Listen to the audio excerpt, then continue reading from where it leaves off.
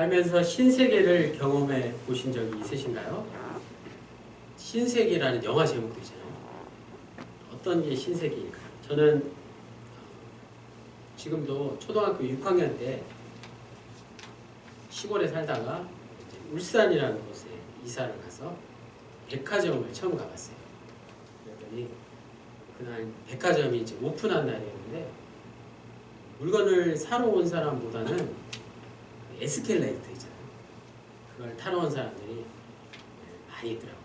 줄을 서서 이렇게 에스컬레이터를 타고 정말 신세계를 정말 경험해 보았습니다. 엘리베이터도 신기한데 에스컬레이터는 정말 신기하더라고요. 에스컬레이터 옆에도 그 예쁜 옷을 입고 큰 모자를 쓴 여직원이 이렇게 안내를 해주던 그런 기억이 납니다. 요즘에는 제가 신세계를 잘 경험을 해보지 못한 것 같은데 영찬이가 학교 갔다 와서 이런 말을 하더라고요. 아빠 오늘 학교에서 랍스터 먹었어 이러더라고요. 그 메뉴에 학교에서 급식으로 무료 급식으로 랍스터를 주는 저는 랍스터를 학교에서 먹었다는 것 자체가 정말 요즘 아이들은 신세계를 경험하고 있지 않나 그렇게 생각을 해봤습니다. 우리의 가정이 그리고 우리의 이 교회 공동체가 신세계가 되었으면 좋겠습니다.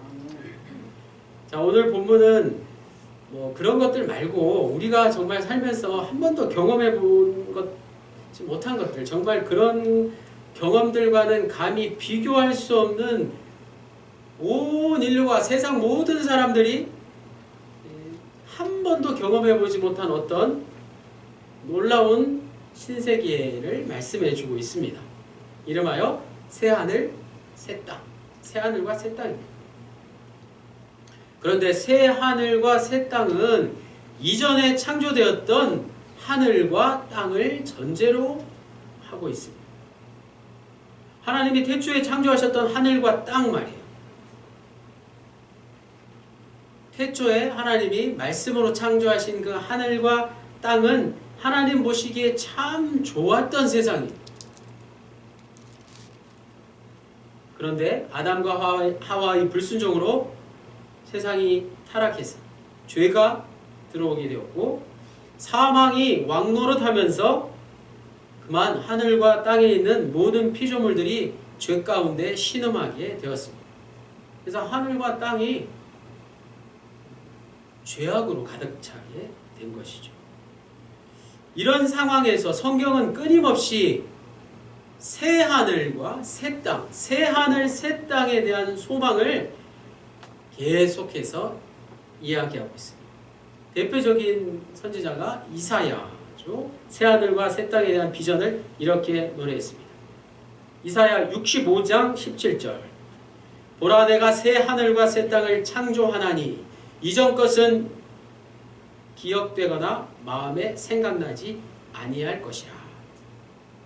또 이사야 맨 마지막 장 66장 22절에 내가 지을 새 하늘과 새 땅이 내 앞에 항상 있는 것 같이 너희 자손과 너희 이름이 항상 있으리라. 여호와의 말이니라. 신약에 와서 베드로 사도 역시 베드로후서 3장 12절 13절 말씀에 새하늘과 새 땅을 이렇게 말씀하고 있습니다. 하나님의 날이 임하기를 바라보고 간절히 사모하라. 그날에 하늘에 불이 타서 풀어지고 물질이 뜨거운 불에 녹아지려니와 우리는 그의 약속대로 의가 있는 곳인 새 하늘과 새 땅을 바라보도다. 이렇게 말씀했습니다. 구약과 신약에 줄기차게 메아리 쳤던 새 하늘 새 땅이 마침내 오늘 본문 계시록 21장 계시록의 마지막 부분이죠. 계시록의 마지막 부분 22장까지 있긴 하지만 마지막 부분에서 다시 한번 생생하게 펼쳐지고 있습니다. 자, 1절 말씀 또 내가 새 하늘과 새 땅을 보니 처음 하늘과 처음 땅이 없어졌고 바다도 다시 있지 않더라. 새 하늘과 새 땅의 가장 큰 특징이 무엇일까요? 이전 하늘과 땅을 기초로 한다고 말씀드렸고, 더 큰 특징이 있다면 뭐가 하나 없어요. 바다가 없다. 바다는 성경에서 악이 활동하는 무대로 묘사되고 있습니다. 혼돈과 공허의 무대가 바로 바다였습니다. 바다가 깊잖아요. 그래서 깊은 바다 속에 사단을 가두는, 사단의 무대였던 그 불못, 불이 타는 뜨거운 못, 바다에 사단의 세력을 완전히 제거시켜야지만이 비로소 새 하늘과 새 땅으로 완전히 변화될 수 있다라는 그런 뜻입니다. 새 하늘과 새 땅의 모습은 구체적으로 또 어떤 것일까요? 2절 말씀. 또 내가 봄에 거룩한 성 예루살렘이 하나님께로부터 하늘에서 내려오니 그 준비한 것이 신부가 남편을 위하여 단장한 것 같더라. 바다가 사라진 새 하늘과 새 땅에서 거룩한 성 예루살렘이 하늘에서 내려오는 장면입니다. 예루살렘 성이라고 말씀하고 있습니다.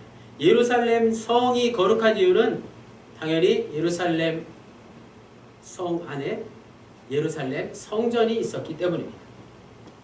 그런데 그보다 더 중요한 사실이 여기 있습니다. 완성된 새 예루살렘에서는 성전을 볼 수 없다는 것입니다. 건물은 볼 수 없다는 뜻입니다. 이는 하나님과 어린 양이 친히 성전이 되어주셨기 때문입니다. 성전이 하나님을 만나는 거룩한 곳이란 뜻이라면 이제 새 예루살렘 자체가 어떤 교회 건물, 어떤 외형적인 건물이 아니라 하나님을 직접 만날 수 있는 거룩한 곳이 바로 새 예루살렘 자체가 될 수 있다는 것입니다. 자, 무슨 말인가요? 교회 건물은 성전이 아닙니다. 우리가 흔히들 예배당을 성전이라고 부르는 경우가 있죠. 그것을 그 뜻을 잘못됐다고 하는 건 아닌데, 예루살렘 성전은 이미 오래전에 무너지고 없습니다. 예수 그리스도가 친히 그 예루살렘 성전을 무너뜨리신 것입니다. 그리고 예수님이 친히 성전이 되셨습니다. 고린도전서 3장 16절 말씀, 너희는 너희가 하나님의 성전인 것과 하나님의 성령이 너희 안에 계시는 것을 알지 못하느냐? 사도 바울은 우리에게 이렇게 반문하고 있습니다. 교회 당 건물을 성전과 혼동하는 게 심정으로는 이해가 됩니다. 아마 큰 교회 건물을 지어놓고는 그것에 더 의미를 부여하기 위해서 성전이라는 말을 쓴 것이죠. 그래서 예루살렘 성전이라고 교회 건물을 부르는 그 교회가 있어요. 또 베들레헴 성전이라고 또 합니다. 한국 교회는 교회 건물을 여전히 성전이라고 부르고 있다는 것이죠. 교회 건물은 그냥 예배당, 예배실이라고 부르면 되는 거예요. 초창기 한국 구세군에서는 교회 건물을 회관이라고 부르기도 했습니다.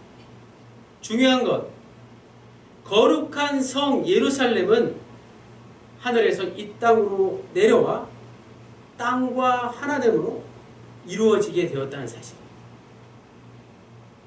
성육신의 개념과 일치하는 것이 바로 거룩한 성전의 참 뜻이라는 말씀입니다. 3절에서 4절에 내가 들으니 보좌에서 큰 음성이 나서 이르되 보라 하나님의 장막이 사람들과 함께 있으니 하나님이 그들과 함께 계시리니 그들은 하나님의 백성이 되고 하나님은 친히 그들과 함께. 우리 계시록 21장 4절 말씀을 같이 읽겠습니다.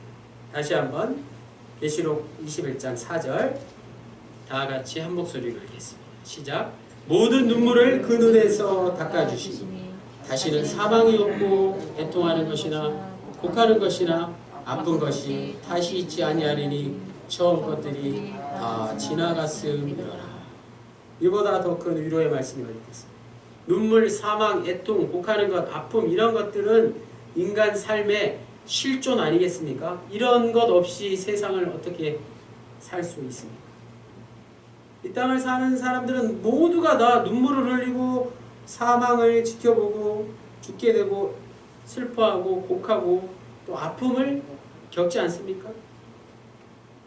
이 땅에서 아무리 좋은 환경과 좋은 조건을 가지고 산다고 할지라도 이런 것들이 없을 수 없다는 말씀입니다.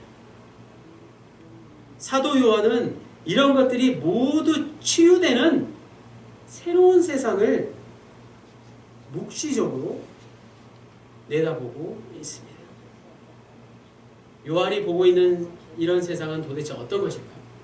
이런 세상이 우리 생전에 경험해 볼 수 있는 것일까요? 모든 고통과 슬픔이 극복된 세상이 도대체 어떤 것이란 말일까요?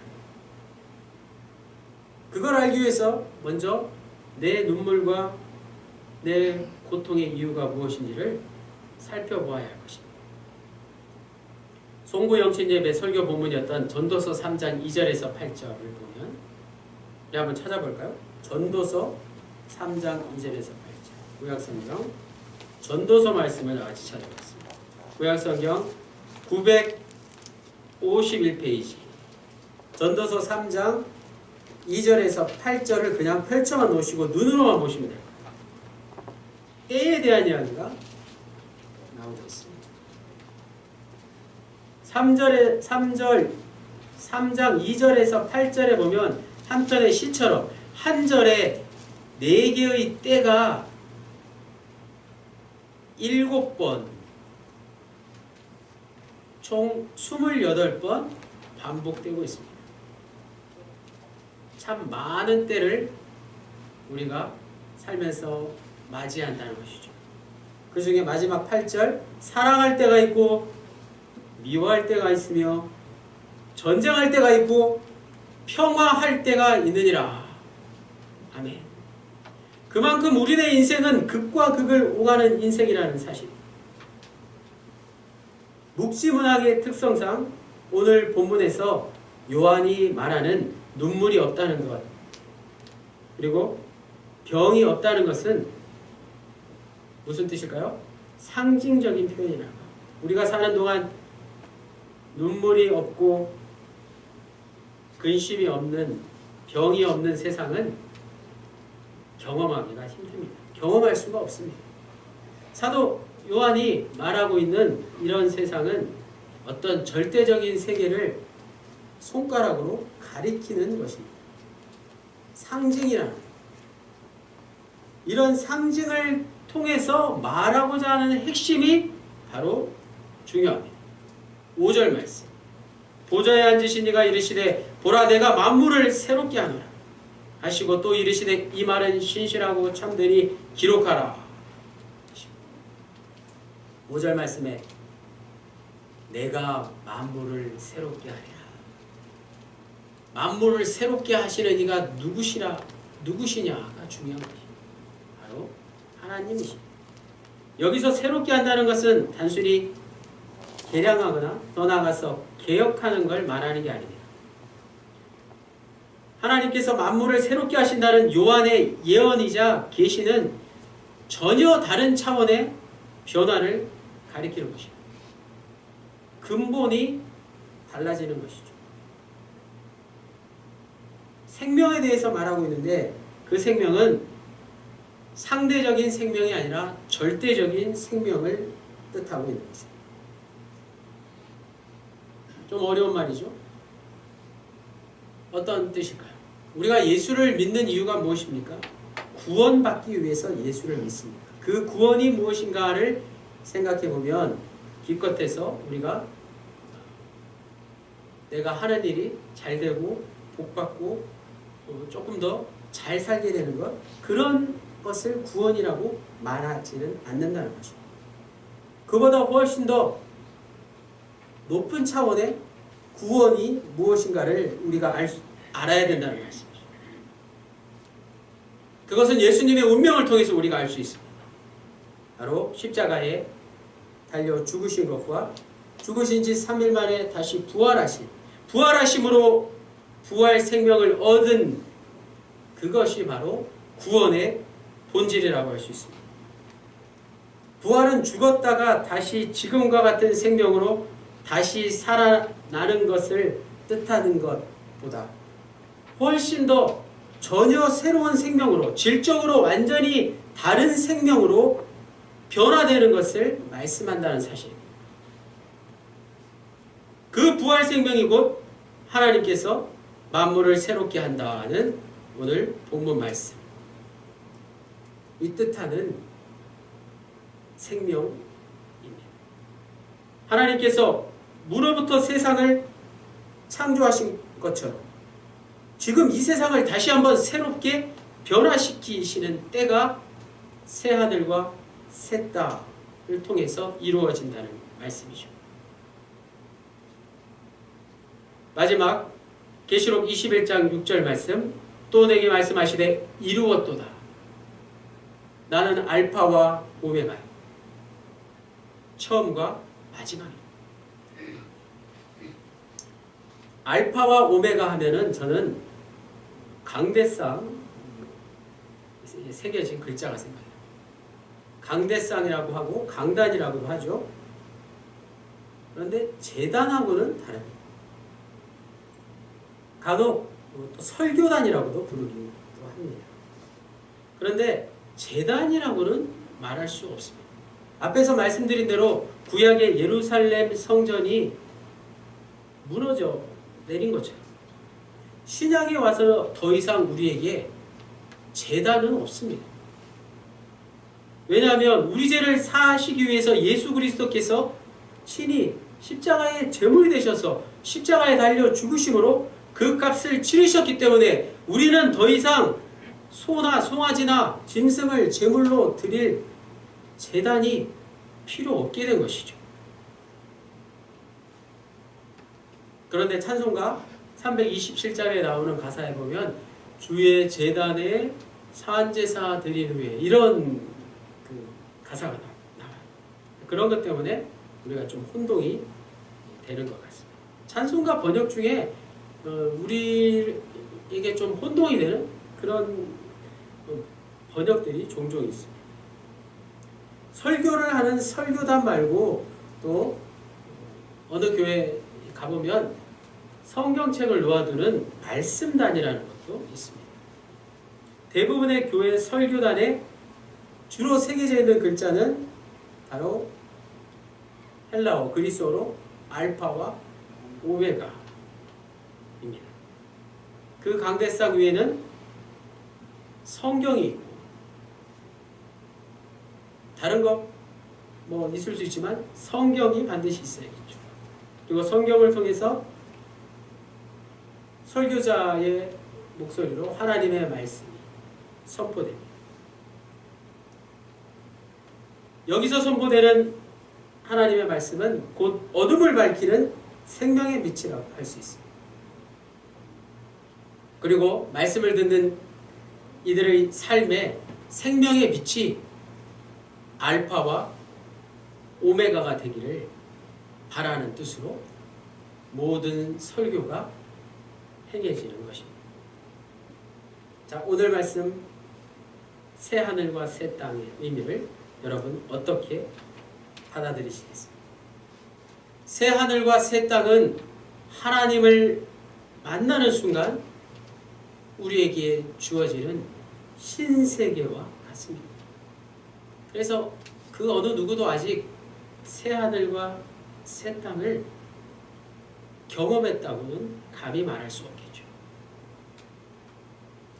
초기 교부 성 어거스틴, 유명한 사람, 신학자이죠.